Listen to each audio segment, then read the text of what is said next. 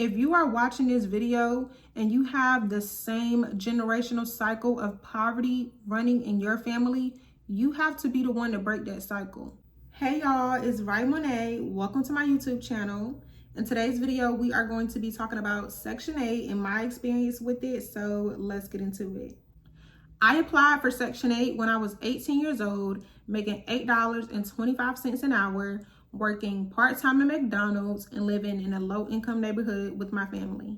I had got approved for Section 8 when I was 20 years old, and at this point, I was making $12 an hour working full-time at a call center. A month after I had moved into my apartment, I had became pregnant with my daughter, and I had quit my job because her dad was willing to be a provider. And of course, since I was on Section 8, my rent was actually free. And this is one of the things that I did not like about Section 8, because it made me realize how easily it is to get comfortable and how easily it is to get lazy when you're living on Section 8, because I quit my job for literally no reason. I only quit my job because I wanted to quit my job, and I was told that I really didn't have to work if I didn't want to since I was pregnant.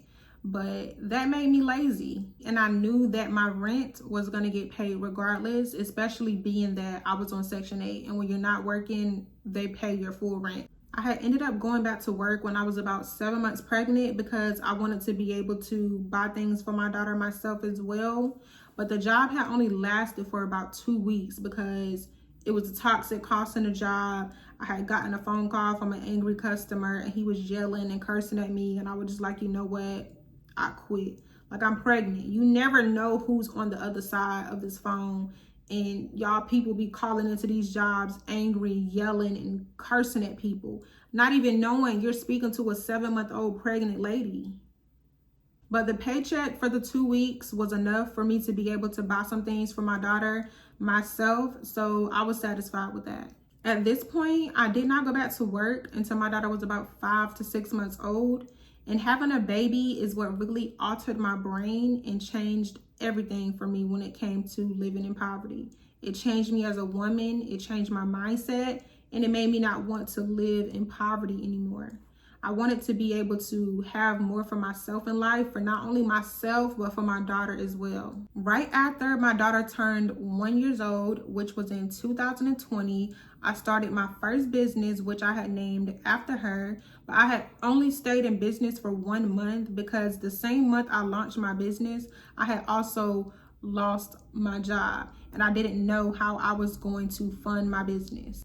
But if I had knew then what I know now about how business works, I would have kept going with my business because I had everything that I needed. I had all of the inventory. My business was already established. I just didn't understand at the time that that was all that I needed and that I really didn't need my job. But me losing my job had also caused me to be depressed, and I was also going through postpartum as well. So it was just too easy for me to just, let go of my business. A month after all of that had happened, I had ended up getting another job. And at this point, this job was paying $18 an hour. And this is when I decided that I no longer wanted to be on Section 8 and that I no longer wanted to be in the cycle of poverty, and that I believed that I could pay my rent all by myself. And also with me making $18 an hour as well, I knew that Section 8 was not going to be paying any portion on my rent at all anyways, because even during the times where I was working jobs that were paying me less, the most that Section 8 had ever paid on my rent was about $150, besides the times where I wasn't working and they was paying the full rent. During the process of me planning to move, and I'm already applying for the other apartment, and I got approved for the other apartment, I did not communicate with Section 8 at all. So I really do not know how the process is supposed to go, what paperwork is supposed to be filled out, and how soon in advance you're supposed to tell them that you're no longer going to be using the program, because I did not communicate with them at all. I only told my apartment complex that I was no longer going to renew my lease and that I was going to be moving. But what I do know is that the generational cycle of poverty in my family really wanted me to stay where I was on Section 8, because weeks before I was scheduled to move into my new apartment, I got fired from my job. And I could have let that scare me. And I could have let it change my mind about my decision to move off of Section 8, but I didn't.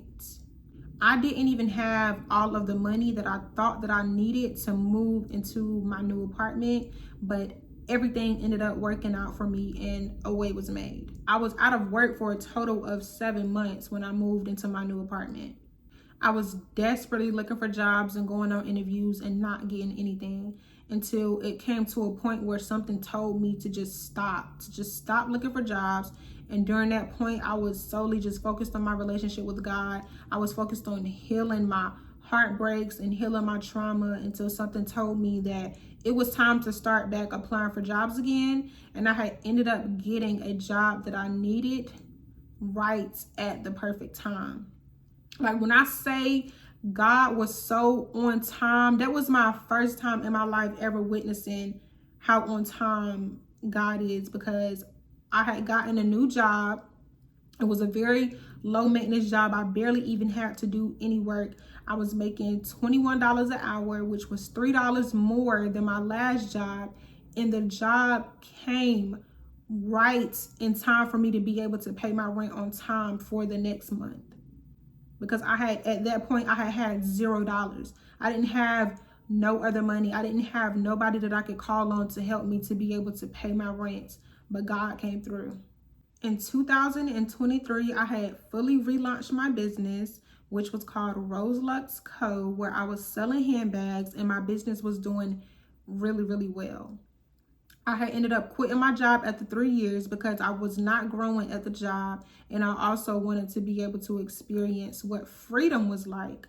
So I was doing that, and I was also growing closer to God.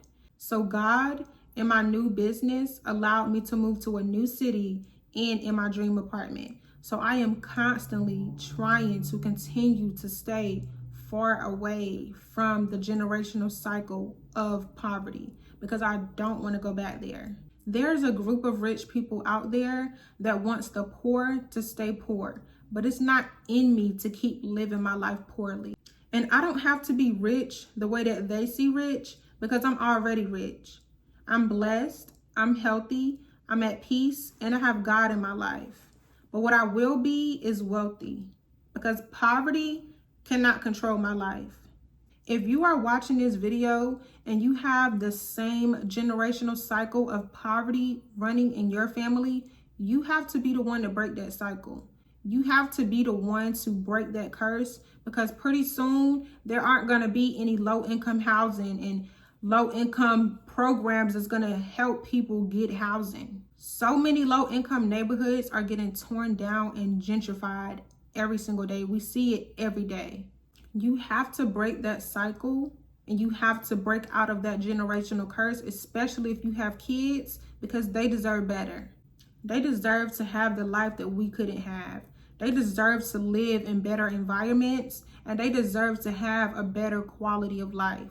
It is so much better to set your kids up to succeed than to watch them fail in a system that is already designed to do that anyway. Break the generational curse and end the generational cycle of poverty, because you deserve to live a better life. Your kids deserve to live a better life. That sums up the end of this video. Thank you guys so much for watching. Thank you guys so much for listening. I hope that something in this video encouraged you or motivated you, especially if you are someone who is currently stuck in a cycle of generational poverty.